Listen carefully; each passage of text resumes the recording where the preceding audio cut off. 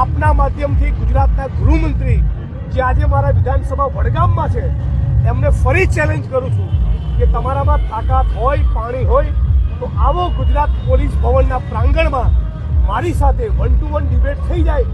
અને મારાથી ડરતા હોય, ગભરાતા હોય તો અમારા એનએસયુને કોઈ છોકરા સાથે ડિબેટ કરી લે. બાકી જવાબ તો આપવો પડશે કે ગુજરાતના દરિયા કાંઠે 72,000 કરોડનું ડ્રગ્સ કોણે મોકલ્યું અને કોણ એ ડ્રગ્સ ખરીદનારું હતું. એક સર્વે આવ્યો છે કે ગુંડાઓ અને અસામાજિક તત્વો કરતા ખાખી વર્દીઓ ઉપર વધારે કેસ થયા. ખાખી વર્દીના માણસો અનેક પ્રમાણિક છે, ઈમાનદાર છે, નોન કરપ્ટ રહીને નિષ્ઠાથી કામ કરે છે. એમને હું વંદન અને સલામ કરું છું.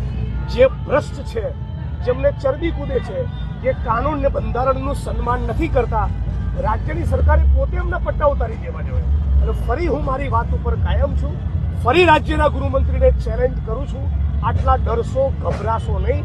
આવો જાહેરમાં પોલીસ ભવનના પ્રાંગણમાં ડ્રગ્સ ક્યાંથી આવે છે એના મુદ્દે ડિબેટ કરીએ.